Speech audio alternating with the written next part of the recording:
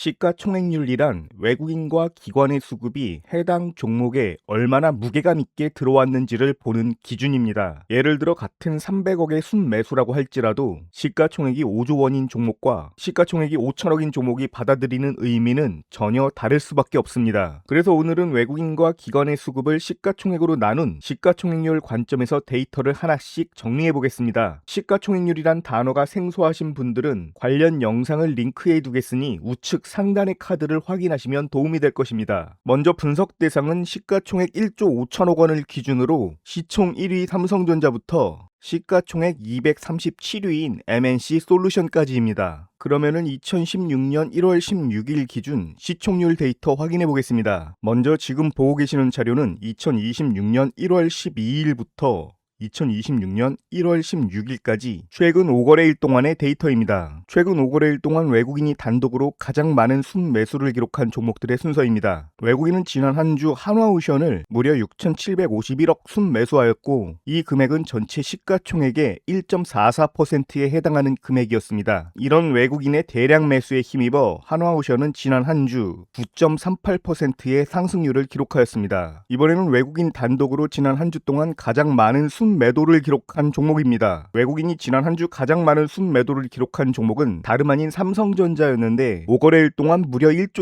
2천억가량을 순매도했음에도 불구하고 삼성전자의 주가는 주간 단위 7.12% 상승 마감하였습니다. 외국인의 매도 압력보다는 기관의 순매수에 좀 더 민감하게 반응했다는 것을 확인할 수 있습니다. 이번에는 같은 기간 동안 기관이 단독으로 가장 많은 순매수를 기록한 종목의 순서입니다. 이번에는 반대로 기관 단독으로 가장 많은 순매수를 기록한 종목들의 순서입니다. 이번엔 외국인과 기관의 합계 수급이 가장 많이 유입된 종목들의 순서입니다. 지난 한 주 동안 한화오션과 두산에너빌리티는 시가총액이 40조 원이 넘는 초대형주임에도 불구하고 외국인과 기관의 합계 수급이 시가총액의 전체 1%를 넘어서는 엄청난 매집률을 보여주었습니다. 이번엔 반대로 최근 5거래일 동안 외국인과 기관 합계 수급이 가장 좋지 못했던 종목들의 순서입니다. 지난 한 주 수급이 가장 좋지 못했던 종목은 현대차인데 외국인과 기관의 합계 수급이 대략 9천억 이상 순매도를 기록했음에도 불구하고 등락률은 12%를 넘어서는 수급과 주가가 분리된 현상을 보여주었습니다. 지난 한 주 동안 외국인과 기관의 합계 수급을 시가총액으로 나눈 시가총액률이 가장 높은 종목의 순서입니다. 한전기술과 심택은 5거래일 동안 시총률이 3%를 초과하는 무서운 매집률을 보여준 종목들입니다. 반대로 이번에는 지난 한 주 동안 가장 좋지 못한 시총률을 기록한 종목들의 순서입니다. 이번에는 최근 5거래일 동안 가장 큰 폭의 상승률을 기록한 종목들의 순서입니다. 포스코 DX는 시가총액이 6조 원이 넘는 중대형 주임에도 불구하고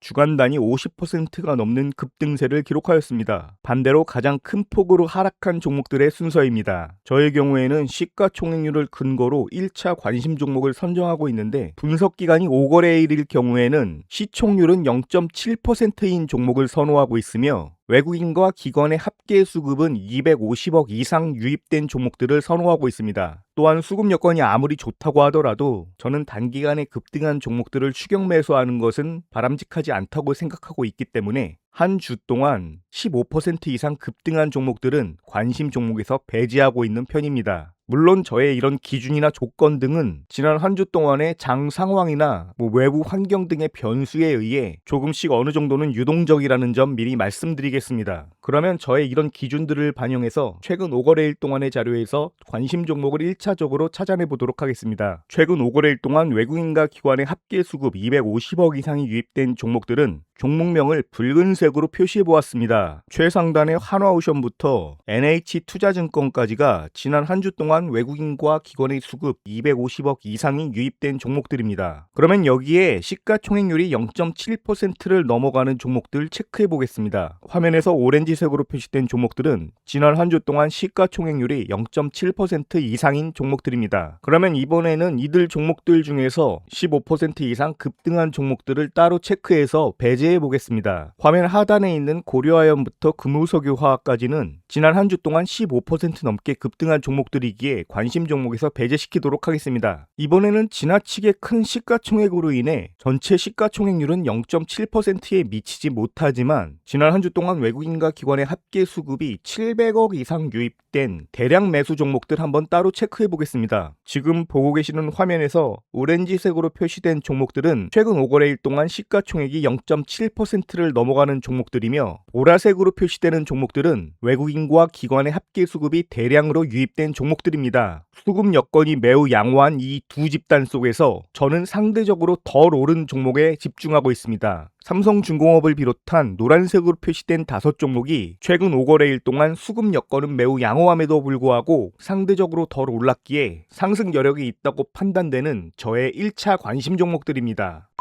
이번에는 지난 2주 동안의 기간을 의미하는 최근 10거래일 동안의 데이터에서 같은 방식으로 관심 종목들을 한번 찾아보도록 하겠습니다. 우선 분석 기간이 10거래일로 늘어났기 때문에 저의 기준 역시 조금씩 상향 조정되었다는 점 확인할 수 있을 것입니다. 외국인과 기관의 합계 수급은 300억 이상 유입된 종목들을 기준으로 하고 있습니다. 300억 미만 유입된 종목들은 전부 제외시켜 보겠습니다. 외국인과 기관의 합계 수급을 시가총액으로 나눈 시총률이 0.8% 이상인 종목들을 따로 체크해 보겠습니다. 여기에 지난 10거래일 동안 20% 넘게 상승한 종목들은 배제시켜 보겠습니다. 지나치게 큰 시가총액으로 인해 시총률은 비록 0.8%에 미치지 못하지만 최근 10거래일 동안 외국인과 기관 합계 수급이 1000억 이상 유입된 대량 매수 종목들 한번 따로 체크해 보겠습니다. 화면에서 보라색으로 표시된 종목들은 최근 10거래일 동안 외국인과 기관의 합계 수급 1000억 원 이상이 유입된 종목들이며, 오렌지색으로 표시된 종목들은 시가총액률이 0.8% 이상인 종목들입니다. 이 두 집단 모두 수급이 양호하게 유입되었다는 공통점을 갖고 있는데, 이들 중에서 상대적으로 덜 오른 종목들은 따로 체크해 보도록 하겠습니다. KB금융 과 포스코홀딩스를 비롯한 노란색으로 표시된 6종목이 최근 10거래일 동안 외국인과 기관의 합계 수급, 그리고 시총률, 그리고 지나치게 급등하지 않은 상승률까지 모두 고려한 제가 찾고 있는 1차적인 관심 종목이었습니다.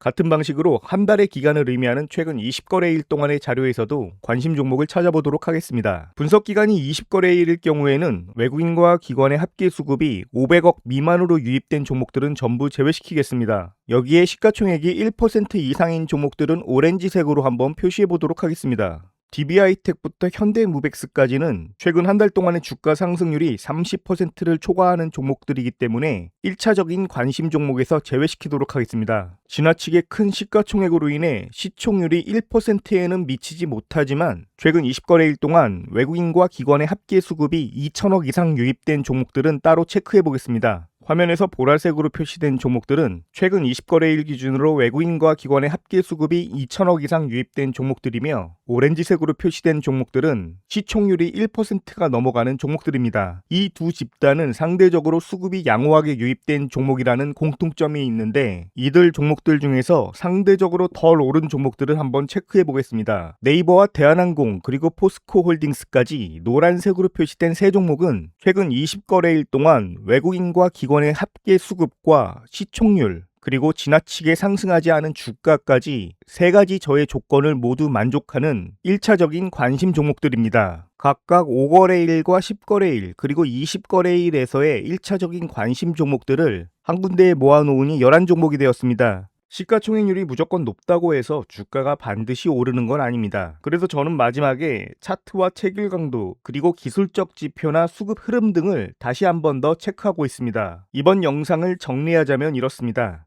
시가총액률은 매수를 결정하는 신호라기보다는 종목을 거르기 위한 도구입니다. 이 기준을 그대로 쓰셔도 좋고 본인만의 기준으로 조정해서 쓰셔도 좋습니다. 중요한 것은 데이터를 보고 스스로 판단하는 힘을 기르는 것입니다. 저는 지금처럼 이렇게 데이터를 정리해서 여러분께 보여드릴 테니 여러분도 본인만의 기준을 하나씩 만들어서 적용해 보시기 바랍니다. 이상으로 2026년 셋째 주 시가총액률 정리를 모두 마치도록 하겠습니다. 영상이 유익하셨다면 좋아요와 구독 부탁드립니다. 영상 제작에 매우 큰 힘이 되고 있습니다.